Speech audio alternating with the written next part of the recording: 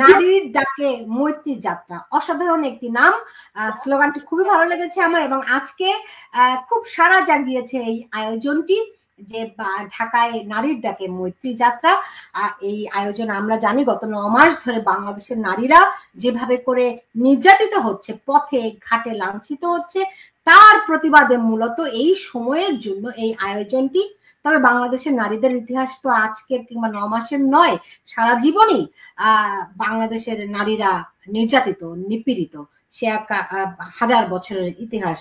তারপরও আজকে নারীর ডাকে মৈত্রী যাত্রা, এই যাত্রার আয়োজনটি মূলত যতটুকু আমি জানতে পেরেছিলাম বা পেরেছি, তা হচ্ছে বর্তমান সময়ে নারীরা যে পথে ঘাটে বিভিন্নভাবে লাঞ্ছিত হচ্ছে, এমনকি যে সংস্কার কমিশনের যারা সদস্য ছিলেন, নারী সংস্কার কমিশনের, তাদেরকে যে সমস্ত ভাষায় গালাগালি করা হয়েছে, কিংবা ইসলামী উগ্র জঙ্গি গোষ্ঠী যেভাবে করে নারীদেরকে আক্রমণ করছে, সেই জঙ্গি গোষ্ঠীর মধ্যে নারী পুরুষ উভয়ই কিন্তু রয়েছে।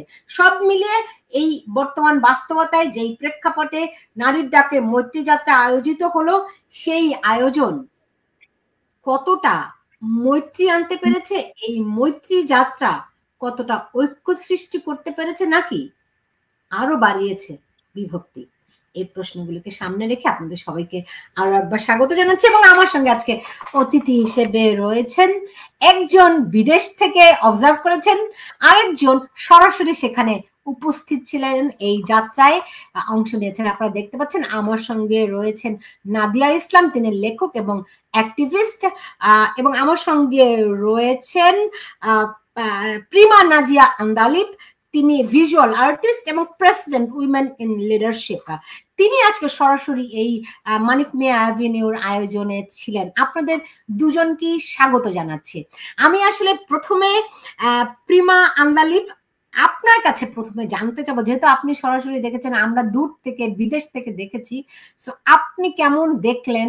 আমার কিন্তু দেখে খুব ভালোই লাগছিল যে অনেক দিন পরে অসংখ্য নারীকে দেখলাম, আমার মতো নারীকে, যে যে নারীরা স্বাধীন চিন্তা চেতনায় বিশ্বাস করে, সেরকম অনেক নারীকে দেখেছি পথে মানিক মিয়া অ্যাভিনিউতে, যারা অনেকে আমার বন্ধু কিন্তু আমাকে ত্যায্য করেছে, এরকম অনেকেও দেখেছি।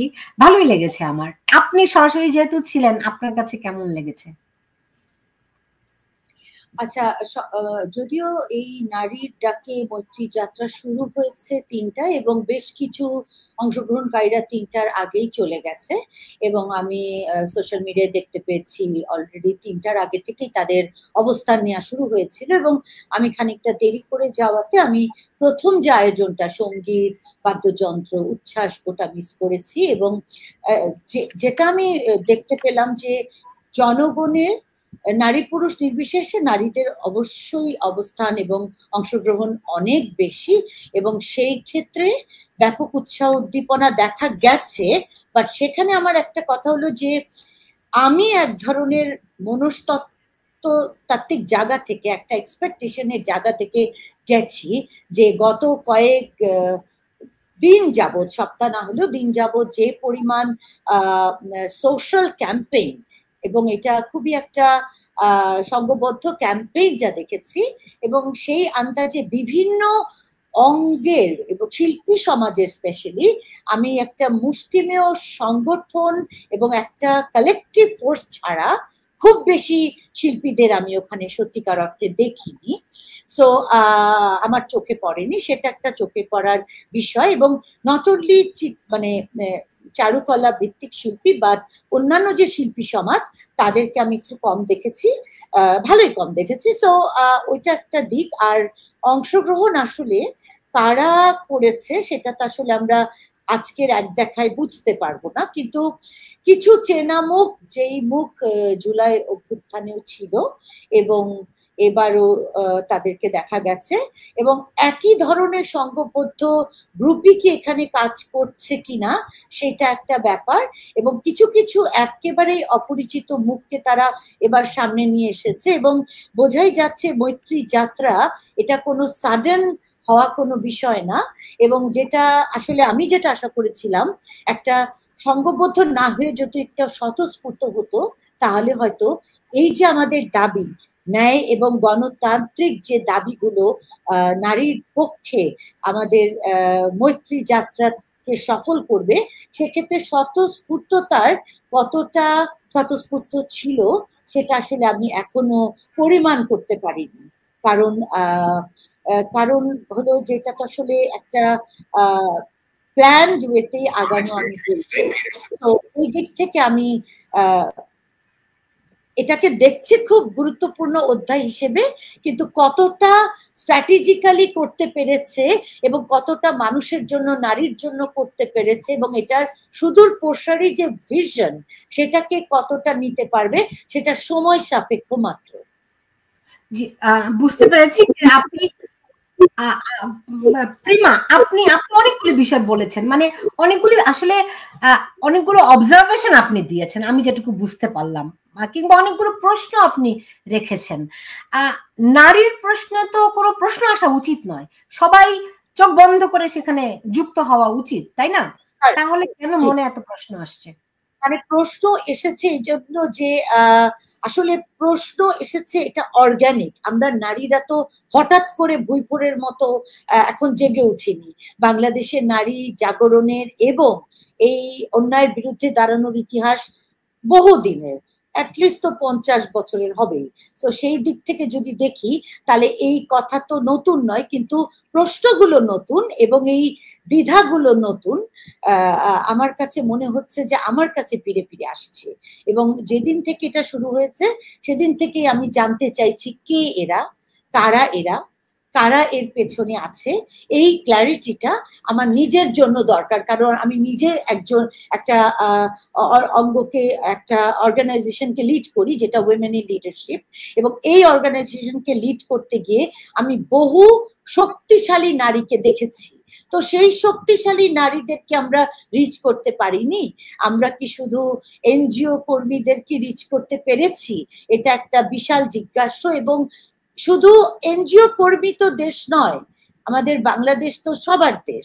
তো ওই জায়গাটা আমার প্রশ্ন থাকবে। এবং জুলাই অভ্যুত্থানের পর থেকে এ অবধি আমরা কোন একটা নির্দিষ্ট জনগোষ্ঠী, নারী গোষ্ঠীকে দেখতে চাই না।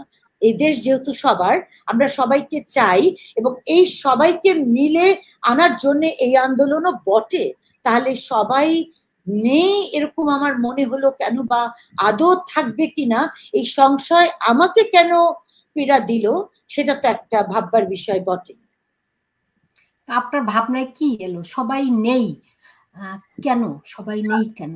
মানে আসলে যেটা হয়েছে, বাংলাদেশে আমরা ইতিহাস যদি দেখি, আমাদের সবসময় একটা অদ্ভুত একটা, আমাদের এক ধরনের মানে পিছিয়ে পড়া মনোভাব। আমরা আগিয়ে যাই কিন্তু আমাদের নিজেদের সৎ সাহসের অভাব, আমাদের নৈতিকতার বিরাট অভাব, আমাদের চাওয়ার সাথে পাওয়ার মিল নেই, আর পেতে যা চাই তার সাথে আমাদের ডিজায়ার, যে শব্দটা আমরা যেটা ডিজায়ার করি সেটার সাথে কোনো সঙ্গত আমরা মানে একটা একটা মিল রাখতে পারি না। সো আমরা সবসময় কি একটু, মানে নারীদের ক্ষেত্রে তো এটা আরো প্রযোজ্য, যে আমরা এত জোরালো জায়গায় থেকেও আমরা জোরালো বক্তব্যতে গিয়ে কেন এত সংশয় বোধ করি, কেন এত দনমনা ফিল করি, এবং সেটা চোখে পড়ার মতো। হ্যাঁ, এবং ওখানে বেশ পুরুষ যারা পার্টিসিপেন্ট তাদের সাথে আমার কথা হচ্ছিল, এবং কথা হওয়ার সময় একটা কথা আমি না বললেই নয়, পুরুষদের অংশগ্রহণের ক্ষেত্রে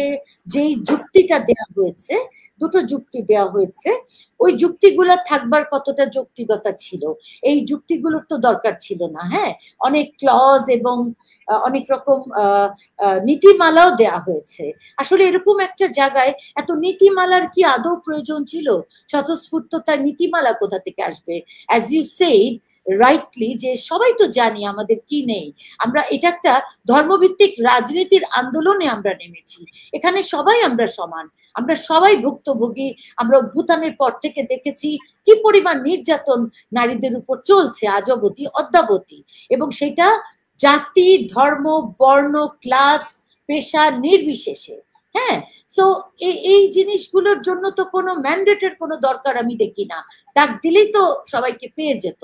তো এটাকে এত এত শ্রেণী ভেদ করার দরকার কি ছিল? মানে এ আসবে, সে আসবে, এ গার্মেন্টস কর্মী, দলিত, এই এইগুলো ভাগ করার তো কোনো দরকার ছিল না। এবং আমরা যখন নারী কমিশন নিয়ে কথা বলেছি সেখানেও একটা ভাগ দেখেছি বইটি, সেটাও খুব নিরপেক্ষ ছিল না। সো এই কথাগুলো তো বলা খুবই দরকার।